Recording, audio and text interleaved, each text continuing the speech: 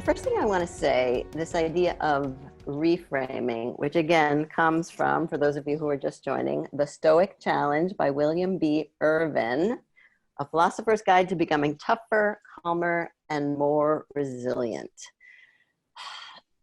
This idea of reframing, it's just one of many ideas in his book, but it's one of my favorite. And basically what he's saying, it's a very simple idea, and it's based on the idea that life is like an art gallery, and we cannot control the art.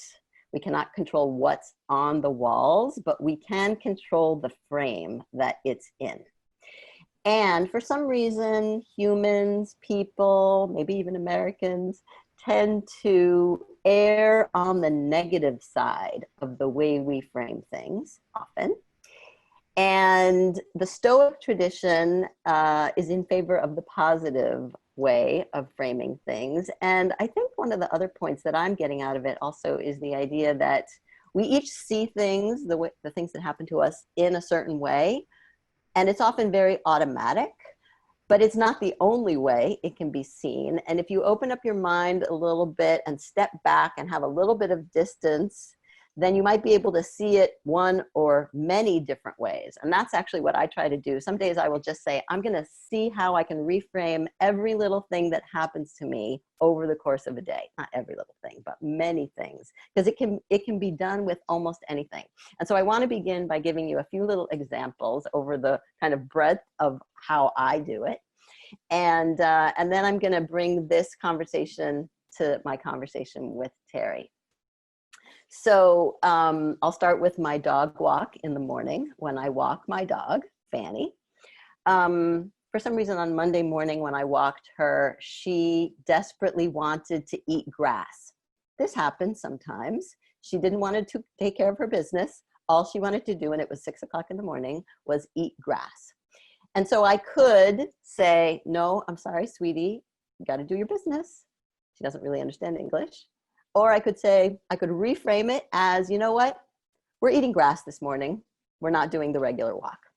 And that's what I did. And I was much happier as a result. And she was happy because she got to eat her grass. And then eventually, you know, we took care of business. So that's just one simple way that reframing is possible. I was thinking also, this has been a really busy week for me with lots of presentations almost every day, sometimes one after another, some paid for, some free, some like this with all of y'all, right? And it's kind of in the middle.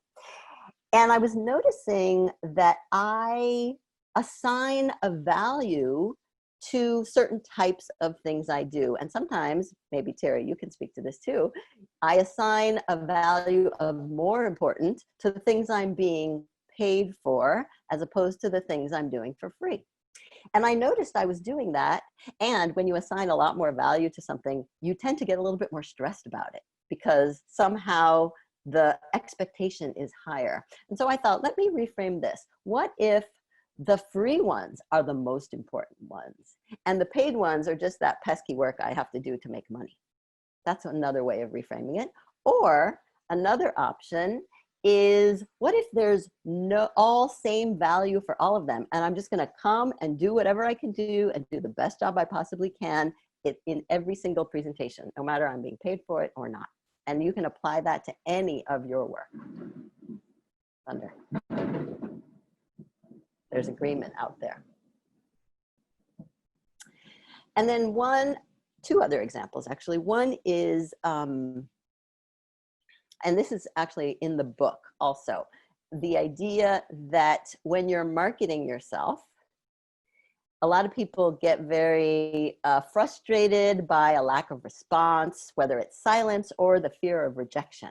And that gets in the way. Perhaps some of you have that experience. And what if you reframed your outreach efforts, your targeted outreach, and you said, instead of trying to get a yes, I'm going to try to get a no.